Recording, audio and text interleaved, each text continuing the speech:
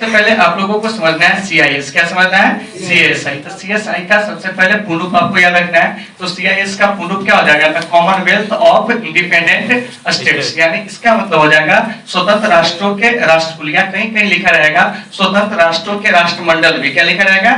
राष्ट्रमंडल भी, ठीक है ना। तो इसका जो निर्माण हुआ था, क्या हुआ था? निर्माण हुआ था वो आपको सोवियत संघ के विघटन के बाद हुआ था। किसके बाद हुआ था?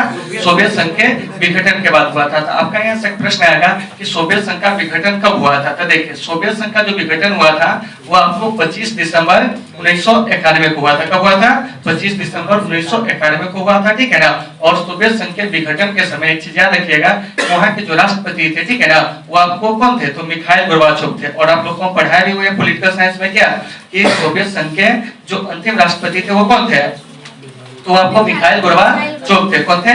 मिखाइल गोर्बाचोव थे, ठीक है ना, जिन्होंने पेरेस्ट्रोइका और ग्लासनोस्ट की नीति को अपनाया और अंततः सोवियत संघ का विघटन 25 दिसंबर 1991 को हो गया और पूरे दुनिया पर अमेरिका का वर्चस्व जो था वो स्थापित हो गया, जिसे क्या कहा गया? एक ध्रुवीय व्यवस्था कहा गया। क्या कहा गया? एक ध्रुवीय व्यवस्था। तो ये जो देख रहे हैं सीआईएस, इसका जो जन्म हुआ था वो आपको सोवियत संघ के विघटन के बाद हुआ था, ठीक है ना। और इसका निर्माण किया था, ठीक है ना, वो आपको बोरिस येल्त्सिन ने किया था। कौन किया था? बोरिस येल्त्सिन ने किया था। तो जब सोवियत संघ का विघटन हुआ तो इसे 15 खंडों में तोड़ दिया गया। उसी में से इसका जो एक खंड था वह था आपको कौन? रूस, जो कि जिसे सोवियत संघ का क्या कहा जाता है? उत्तराधिकारी माना जाता है। क्या माना जाता है? उत्तराधिकारी, ठीक है ना।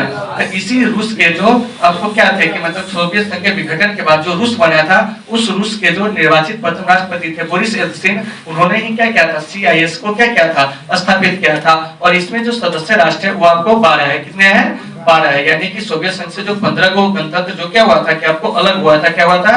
अलग हुआ था। तो इसमें से 12 जो है वो आपको सीआईएस को क्या किया? अपनाया। यानी कि इस 12 को मिलाकर क्या हुआ था कि आपको स्वतंत्र राष्ट्रों के राष्ट्रकुल का निर्माण हुआ। इनमें से जो आने वाले राष्ट्र है उसमें आपको अर्मेनिया है, ठीक है ना, अजरबैजान है, नाम याद रखिएगा, अर्मेनिया, अजरबैजान, ठीक है ना, बेलारूस, जॉर्जिया, ठीक है ना, कजाकिस्तान, उसके बाद है आपको किर्गिस्तान, ठीक है ना, मोल्डोवा, उसके बाद है आपको रूस, कजाकिस्तान, तुर्कमेनिस्तान, ठीक है ना, यूक्रेन, और उसके बाद क्या है? उज्बेकिस्तान। क्या है? उज्बेकिस्तान, ठीक है ना। तो इस प्रकार से आपको याद रखना है कि सीआईएस में जो सदस्य राष्ट्र है वो कितने हैं बताइएगा? तो आपको 12 है। और इसका जो मुख्यालय है ध्यान से देखिएगा, ठीक है ना, वो आपको बेलारूस की जो राजधानी है मिन्स्क, वहीं पर इसका क्या है? क्या आपको मुख्यालय है। तो कभी कभी क्वेश्चन पूछ लिया जाएगा कि सीआईएस का मुख्यालय जो कहाँ है, तब क्या कहेंगे? तो आपको यानी कि बेलारूस की जो राजधानी है मिन्स्क, वहीं पे क्या है? इसकी मतलब मुख्यालय है। देखिए, अब एक इसका उद्देश्य क्या था, इसको क्यों स्थापित किया गया था? तो इसका सबसे पहला उद्देश्य था कि व्यापार को काफी तेज गति से क्या करना? बढ़ावा देना। क्या करना? बढ़ावा देना। क्योंकि सोवियत संघ से जो भी राष्ट्र अलग हुआ था, क्या हुआ था? अलग हुआ था, उसकी स्थिति उस समय जो थी वो क्या थी? काफी ज्यादा खराब हो चुकी थी। तो ऐसे परिस्थिति में ये राष्ट्र जो है उसने क्या किया कि उदारीकरण की नीति को क्या किया? अपनाया। और उदारीकरण की नीति को जब अपनाया, इससे क्या हुआ कि विदेशों से बहुत ज्यादा पूंजी की क्या हुई? प्राप्ति हुई। और इन लोगों का क्या हुआ कि जो स्थिति थी वो धीरे धीरे सुधरने लगी, ठीक है ना। तो सबसे पहला काम था कि व्यापार को क्या करना? बढ़ावा देना, अर्थव्यवस्था को गति देना, ठीक है ना, रक्षा प्रतिरक्षा को क्या करना है कि सुधारना, ठीक है ना। और जो हमारी विदेश नीति है, ठीक है ना, उस विदेश नीति में भी क्या करना है कि आपको मतलब अच्छे संबंध को बनाए रखना। क्या करना?